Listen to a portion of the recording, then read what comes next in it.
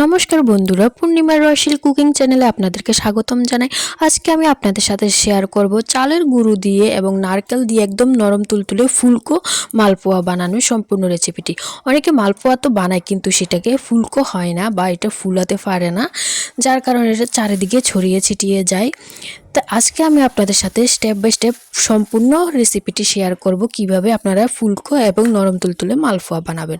তার জন্য আমি এখানে চালের গুঁড়ো নিয়েছি আধা বাটি হবে, আর স্বাদ মতো লবণ দিয়ে দিয়েছি স্বাদ অনুযায়ী চিনিটা আপনাদের মিষ্টির পরিমাণ বুঝে দেবেন, কম বেশি যে যা খেতে পছন্দ করেন। আর দিয়ে দিয়েছি নারকেল কুড়া, আমি এখানে নারকেল কুড়িয়ে রেখেছিলাম, নারকেল কুড়াটা দিয়ে দিয়েছি। এবার এখানে একটা ডিম ফাটিয়ে দিয়ে দিচ্ছি।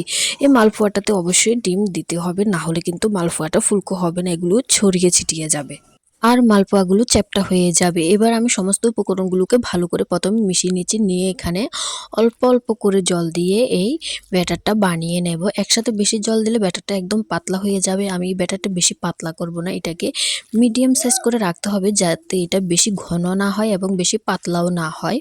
এভাবে আমি অল্প অল্প জল দিয়ে এই ব্যাটারটা বানিয়ে নিয়েছি। দেখতে পাচ্ছেন এর ঘনত্বটা আমি কতটা রেখেছি, এটা কিন্তু আমি বেশি পাতলা করিনি।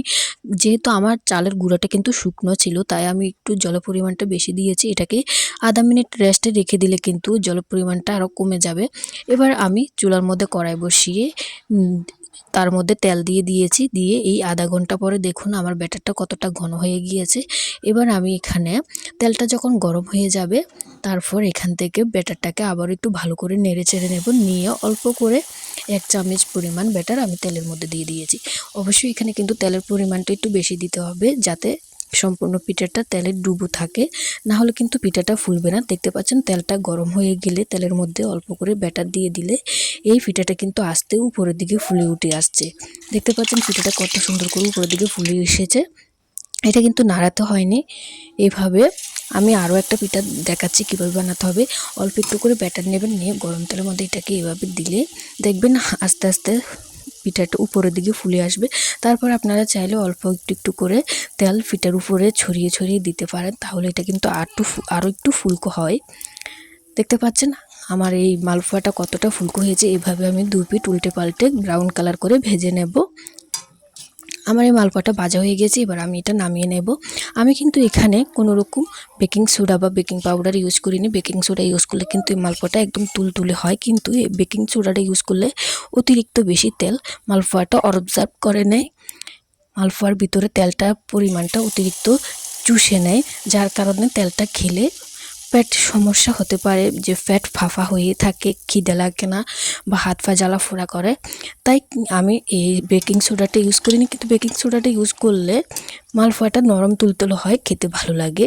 যেহেতু আমি বেকিং সোডা ইউজ করিনি, তারপরেও দেখতে পাচ্ছেন আমার মালপোয়াটা কত সুন্দরভাবে ফুলে উঠেছে এবং মালপোয়াটা কিন্তু একদম খুব সুন্দর হয়েছে, চারিদিকে ছড়িয়ে ছিটিয়ে যায়নি বা চ্যাপ্টা হয়ে যায়নি। দেখতে পাচ্ছেন আমি এখানে খানিকের মধ্যে 3টা মালপোয়া বানিয়ে নিয়েছি। এভাবে আমি সম্পূর্ণ মালপোয়াগুলো বানিয়ে নিয়েছি। দেখুন আমার সম্পূর্ণ মালপোয়াগুলো বানানো হয়ে গেছে, আর দেখুন মালপোয়াটা কতটা ফুলকো হয়েছে আর কতটা নরম দেখতে পাচ্ছেন।